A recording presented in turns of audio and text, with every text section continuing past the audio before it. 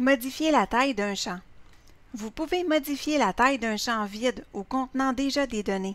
La conséquence de la modification de la taille d'un champ varie selon que le champ contient ou non des données. On vous suggère d'enregistrer une copie de sauvegarde avant d'effectuer des modifications. Voici donc comment procéder pour modifier la taille d'un champ.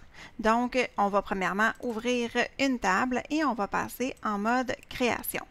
Je vais aller modifier la taille du champ clé-téléphone. Alors, pour faire ça, je vais aller cliquer dans le nom de mon champ pour lequel je veux effectuer une modification.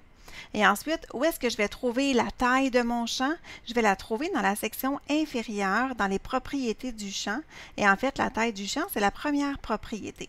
Donc là, vous voyez que la taille du champ est à 255 caractères. Donc, ça veut dire que la personne qui va faire l'entrée de données quand on va être en mode feuille de données pourrait entrer beaucoup plus qu'un simple numéro de téléphone. Elle aurait de l'espace pour entrer 255 caractères. Donc, ça laisse place aux erreurs. Alors, on va aller modifier ça pour que le champ clé-téléphone, on puisse entrer seulement 12 caractères. Donc, pourquoi 12 caractères? Bien, on a les chiffres du numéro de téléphone. On a un espace, donc entre l'indicatif et le numéro de téléphone, et on a le tiret qui fait partie du numéro de téléphone, évidemment. Donc, pour le modifier, je vais simplement effacer ce qui est ici dans ma taille de champ et je vais écrire 12 et je vais enregistrer. Je vais avoir un message d'erreur de Access qui va me dire que peut-être que je vais avoir perdu des données.